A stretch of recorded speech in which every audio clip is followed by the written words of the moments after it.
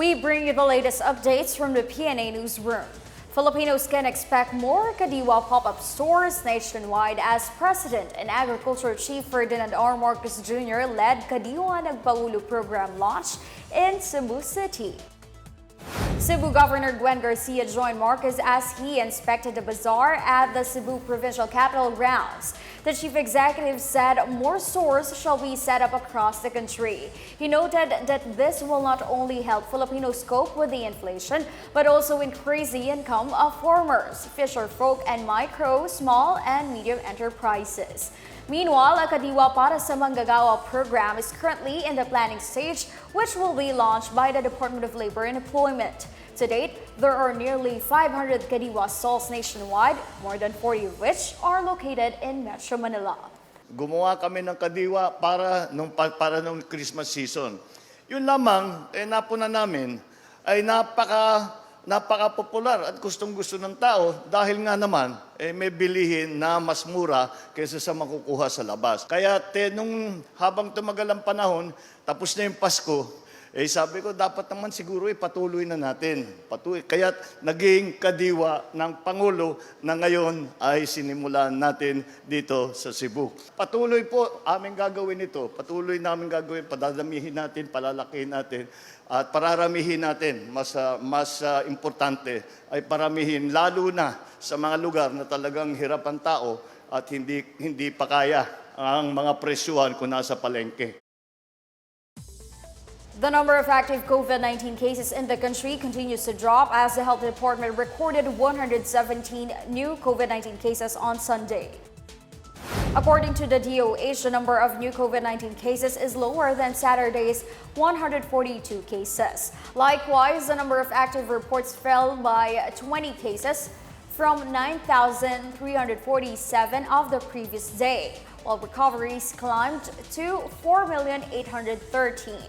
On the other hand, COVID-19 related deaths stood at 66,097. To date, over 166 million COVID-19 vaccines have been administered. Meanwhile, OCTA research reported a significant increase in the positivity rate of South Cotabato and Misamis Oriental.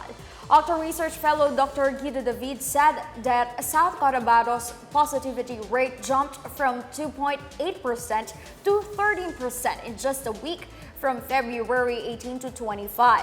Positivity in Misamis Oriental also rose from 4.3% to 6.5%.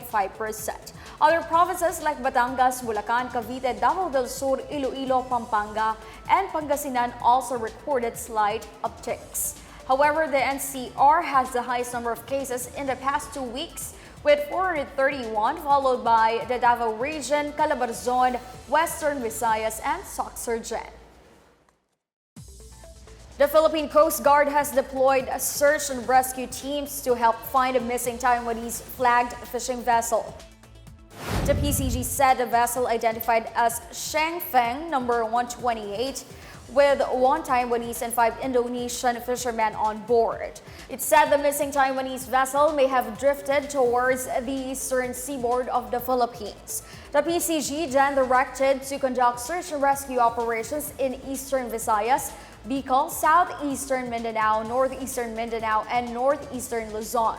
Meanwhile, Taiwan Coast Guard Attaché Commander Arthur Yang said 2 U.S. Coast Guard aircraft and commercial vessels initiated their search in the area.